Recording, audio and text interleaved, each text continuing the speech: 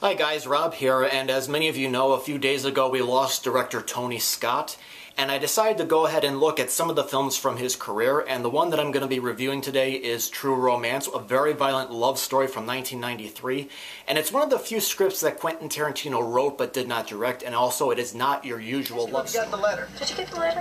What letter? No time, Tom. We gotta go. Is your four-alarm fire or what? She seems very nice. What are you doing in L.A., huh? And a suitcase full of trouble.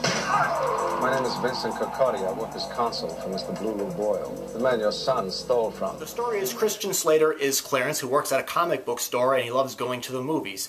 One night, he meets a woman named Alabama in the movie theater, and the two of them hit it off. They get married, and Clarence ends up with a suitcase of cocaine from a pimp, and they head to Hollywood to try and sell it. But meanwhile, the owners of the coke are on their trail, and they're going to try and reclaim it.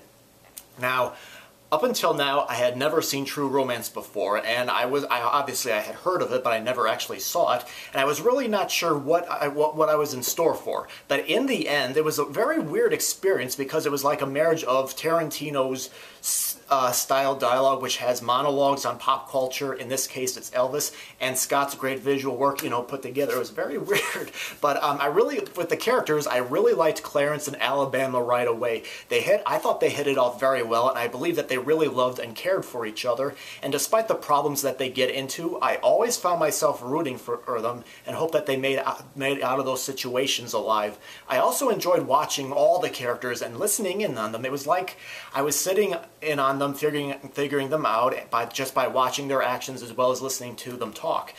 As I mentioned, the movie I thought was great to watch. The first half is set in Detroit, and I think Scott did a very good job at capturing the grim, rundown look of Detroit compared to the second half, which is set in LA, which is, bright and sunny.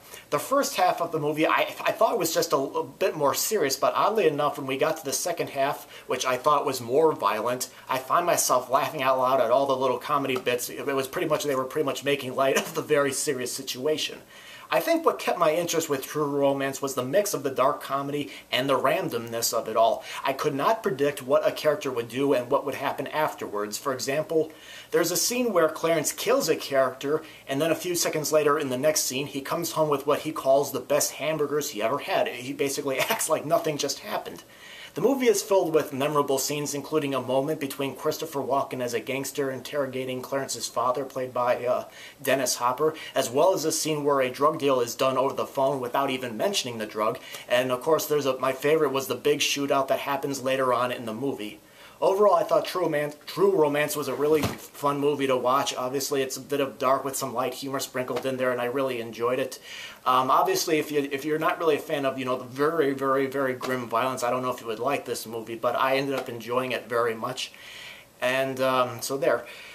Okay, so I'll go ahead and open the floor to you. If you have seen True Romance, go ahead and tell me what you thought of it, or if you have any feedback on this video, go ahead and post it. I greatly appreciate it, and thank you very much for watching.